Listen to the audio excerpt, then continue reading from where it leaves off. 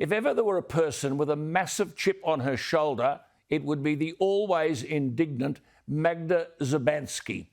The actress is never not spewing out hatred and bile on her Twitter account. Ms Szubanski tweeted her support for the Australian of the Year Grace Tame over her uneducated criticism of the talented federal Liberal Senator Amanda Stoker being made the Assistant Minister for Women. The criticism came Amanda Stoker's way for one reason: she's a Conservative woman. That's her crime. Ms Tame, in a burst of falsity, accused Senator Stoker of supporting, quote, a fake rape crisis tour aimed at falsifying all counts of sexual abuse on campuses. The quote-unquote fake rape crisis is a cowardly attack on Bettina Arndt's campaign to highlight the fact that there is not a rape crisis within our universities. Bettina Arndt has never sought to falsify all counts of sexual abuse on campuses. She's argued that proper legal processes should apply and women shouldn't be intimidated into believing that they were at risk by attending university. Senator Stoker got it right when she said, and I quote, "I did not attend Bettina Arndt's campus tour. I raised it in Senate estimates to highlight the university's inconsistent approaches to free speech and deplatforming.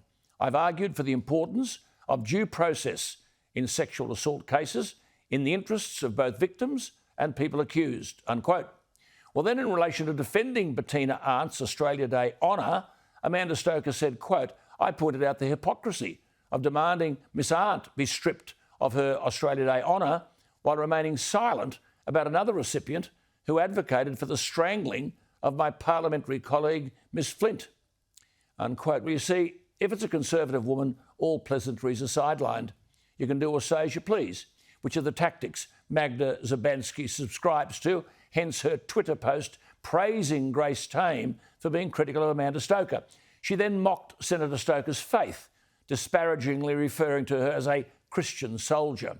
Name calling, of course, the province of those who can't sustain an intellectual argument. But if that bile was not enough, Ms Szubanski was at it again. Over the weekend, she retweeted a photo of Jenny Morrison, the Prime Minister's wife, who was simply standing next to the Prime Minister, her husband, as he signed a condolence book for Prince Philip. Szubanski wrote, "I genuinely thought this was a photoshopped, handmaid's tale meme, but no, it's 21st century Aussie life," unquote. What is wrong with this intolerant lefty? The very strong South Australian Liberal MP Nicole Flint didn't miss when she said, quote, "I cannot believe the appalling personal attacks on Mrs Morrison, especially by Ms Szubanski, a woman who's received one of our nation's highest honours." Ms Flint went on, "More broadly, Ms Szubanski's completely disrespectful comments are yet another example of the double standards demonstrated towards women of the centre-right of politics. The sisterhood need to stop picking and choosing which sisters to protect." Nicole said, "All women deserve to be treated with respect," unquote. The sisterhood indeed. Only if you're a woman on the left side of politics will the sisterhood come to your defence. The Prime Minister of Australia and his wife deserve greater respect than this. Or is it their Christianity that has Mrs Szubanski in a tailspin?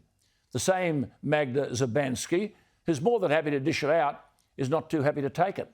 She whinged about the online criticism she copped last year when she starred in a commercial for an apparent fee of $2,000, appealing to Victorians to comply with Daniel Andrews' draconian lockdown laws.